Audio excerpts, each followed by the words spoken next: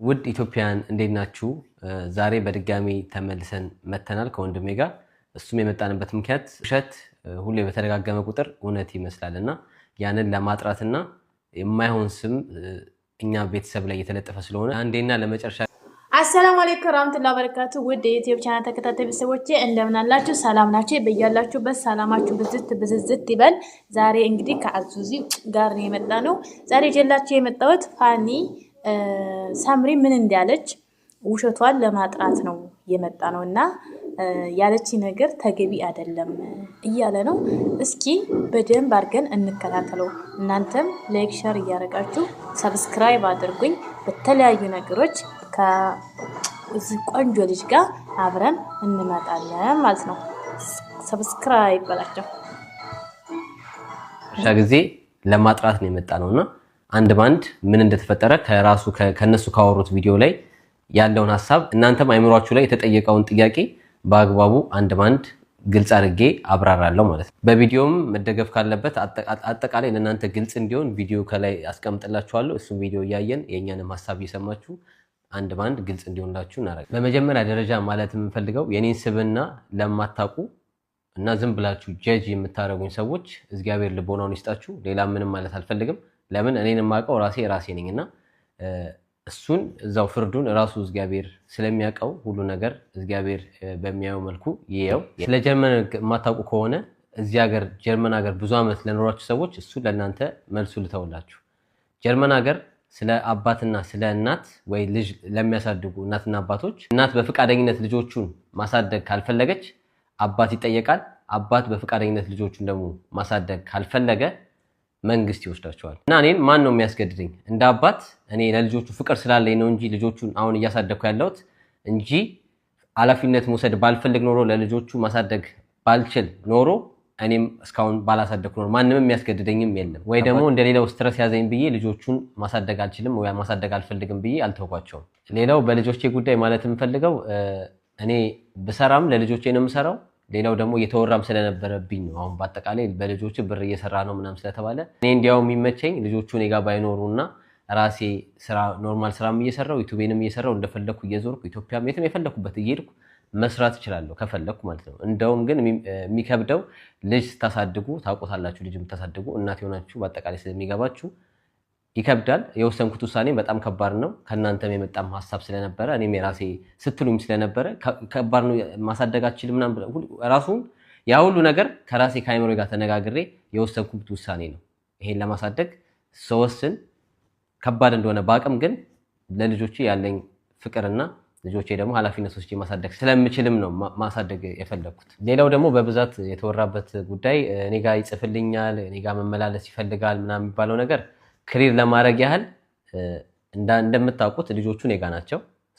ልጆቹ ኔጋ ከሆኑ እናታቸው ስቲል አለች። እናታቸው ስላለች ዶክመንት አለ። ለምሳሌ ፓስፖርት፣ ልብስ፣ በልጆቹ ጉዳይ በአጠቃላይ የልጆቹን የሚመለከት ነገር ለዘላለም ከእናታቸው ጋር ማውራት ግዴታ አለብን። እሷ በፍጹም አልፈልግም በቃ ልጆቼን ብላ እስካልከዳች ድረስ ከእሷ ጋር የሚያገናኝ ነገር ብዙ ነገር አለ።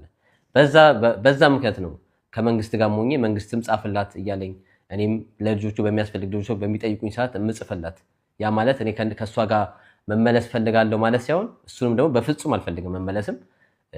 የሚያገናኘን እንዳልኩት ልጆቹ ናቸው። ለልጅ ሲባል በብዛት ብዙ መስዋዕትነት ስለሚከፈል ለዛም ነው መስዋዕትነት በመክፈል እስካሁንም እዛ ቤት እዛ ትዳር ውስጥ እንደዚህ የኖርኩት ማለት ነው። በዚህ ሁሉ መከራ፣ በዚህ ሁሉ ስድብ፣ በዚህ ሁሉ ውርጅብኝ በልጆቼ ምክንያት ልጆቼም ስለሚያያይዙኝ ያንን በመታገስ ነው ይሄ ሁሉ የነበረውና አሁን ግን እንደዚህ ሁሉ ተፈጥሮ በልጆቹ ምክንያት ጻፍኩ እንጂ እኔ ወደዛ ህይወት ወደዛ ትዳር በፍጹም ለመመለስ አስቤም ለአንድ ደቂቃም አስቤው አላውቅምና በፍጹም ማላረገው ነገር ነውና ምሳሌ እንኳን ያህል እኔ በቃኝ ልቤ እንደዚህ ድንድንም ብሎ እንደወስንም ያደረገኝ እናቷ ደፈረኝ ብላ ያወራች ሰዓት የዛኔ የኔ በቃ ወደዛ ትዳር ውስጥ በህይወቴ ጭራሽ እንደማላስበውና ወደፊትም እንደማልቀጥል የደመደምኩባት ቀን የዛች ቀን ናት።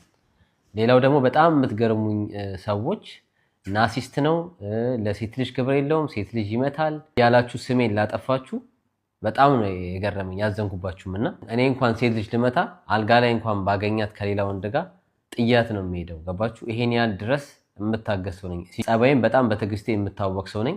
ከጀርባዬም ደግሞ ጋይድ የሚያደርጉኝ ሰዎች አሉ።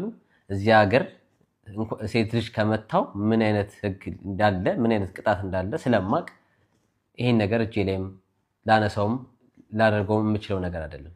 ግን የእሷን ባህሪ እንደምታውቁት በጣም ተነጫናጭ፣ በጣም አግሬሲቭ፣ በጣም ያው እልህኛ የሆነ ሰው ጋር ነበር ስኖር የነበረው። እስከዛሬም 7 ዓመትም ልኖርም የቻልንበት ምክንያት በጣም ታጋሽ ነኝ፣ እሷ እሳት ናት። አንድ ሰው ውሃ፣ አንድ ሰው እሳት ሲሆን አንድ ሰው በጭቅጭቅ መሃል ቤቱን ጥሎ መውጣት ቢፈልግ አንድ የሴት አካል መታ አንገቱን በምታቀምበት ሰዓት ገፍትሮ መውጣት ይሄ ደብዳቢነት የሚያስፈልግ ከሆነ እሱም ፍርዱን ለእናንተ ልተውላችሁ። በዛ ላይ ደግሞ አንድ ሰው 1 ዓመት የተፈጠረን ታሪክ ልክ አሁን በምትለያዩ ሰዓት አምጥቶ ማውራት ይህን የሚያመለክተው ራሱ ላይ አንድ ሰው አለመተማመን ነው የሚያሳየው። ይህን ካልኩሌት ከኔ ጋር ታደርጋላችሁ።